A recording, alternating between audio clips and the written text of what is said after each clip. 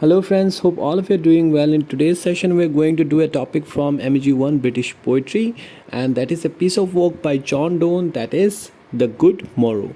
Now before we get started with the video, again a couple of announcements. Like if you want the notes and analysis of this particular session, do check out the link in the description. You'll be navigated to a web page where you will be able to see the notes in a very discreet manner.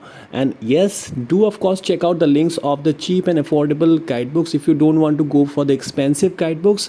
Also, if you want to go for the good ones like the Neeraj publication, the Gully Baba and the others, the link of all the guidebooks, all the good ones are given in the description, so obviously do check out those as well.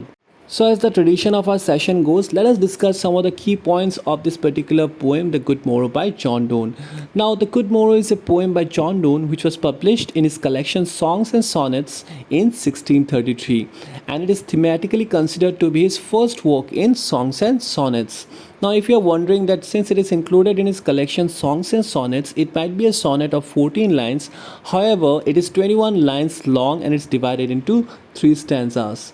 Now, primarily, The Good Morrow is written from the point of view of an awakening lover and describes the lover's thoughts as he wakes next to his partner. Now, this particular poem also makes use of biblical and Catholic writings. Alright, now all these things that he has included here, obviously, this as a practicing Catholic Donne was very much familiar with. Alright. Now the poem is divided into 3 sets of 7 lines as I've already mentioned, and it has a rhyming pattern of AB, AB and CC. Now the first 4 lines introduce something about the speaker's love, which we'll discuss very much shortly. The poem starts with the line, I wonder by my troth what thou and I did till we loved. So we can see the speaker has started the poem with a question, and here by the word troth we understand that troth is a archaic meaning of truth. And also here the speaker is speaking and he is wondering on behalf of his faithfulness, by taking accountability of his faithfulness, that what the speaker and his beloved did before they fell in love. Were we not weaned till then, but sucked on country pleasures childishly? Now, here the speaker asks if they were not weaned till then. Now, what is the meaning of that? He does not believe that the two were truly adults, separated from their mother's milk. That means the speaker is trying to say here that while we are on mother's milk, we are totally dependent and we are not adults yet. Okay, so he believes that he has been into that state until they met. Their lives did not begin until they gave up the country pleasures. Now, pleasures might include a lot of things. That might include sex as well, which is very superficial without emotion and love. So they became more sophisticated and less dependent on childish pleasures. Or snorted we in the seven sleepers den. Now this line is very important from examination perspective as well, because this brings a Catholic and religious reference here. In the 4th line he asks if they were sleeping like the 7 sleepers. Now this is a reference to a story regarding 7 children buried alive by a Roman emperor. But what happens that rather than dying, they slept together there through their long entombment, to be found almost 200 years later. It is like the speaker and his lover were in the status state until they met each other. Okay, now he is comparing that period where the children slept for around 200 years. It is quite similar to the period where they have not met each other, the speaker and his beloved. 'Twas so. But this all pleasures fancies be. If ever any beauty I did see, which I desired and got, 'twas but a dream of thee. Now this final 3 lines of the stanza answers his previous questions. He says, yes, of course, everything he said is the truth. Anything he experienced before getting with his current lover was not real. It was only a fancy. Now the final 3 lines is basically the conclusion of the previous asked questions that was done by the speaker. Eventually, by the end of the first stanza, he attempts to answer those questions by saying that everything that was happening in his life before he met his lover was a fancy. It was just a dream. So the second stanza starts with the lines, "And now good morrow to our waking souls, which watch not one another out of fear." Now basically the speaker has mentioned the words good morrow here again. For those of you who don't know, morrow is actually an archaic form which is used in old poetry. And basically morrow means the coming day, the next day, or a particular time after an event. In some poetic references, it is actually meant to be the morning. Alright. So here the speaker is trying to say that their love is so secret that they don't need to watch each other out of fear like the normal couples do. Alright.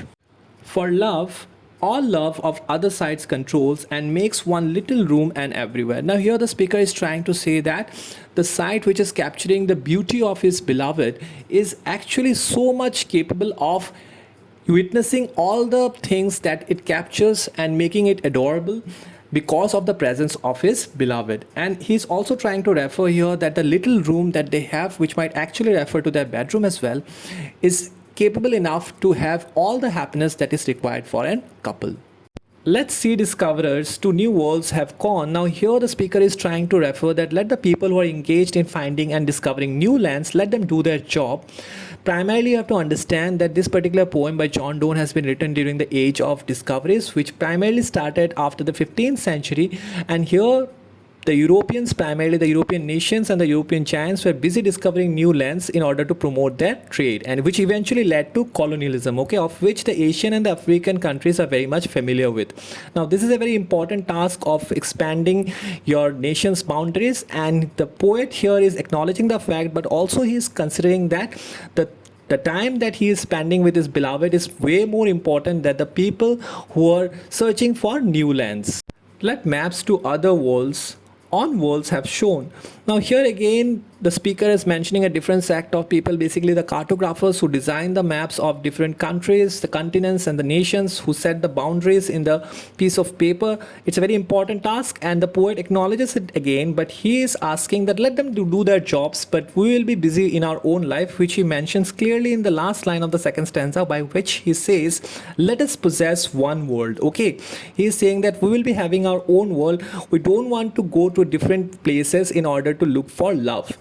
Each hath one and is one. That means that in this particular world of the speaker and his beloved, both of them have each other, okay, and they don't need anyone else in order to promote their love.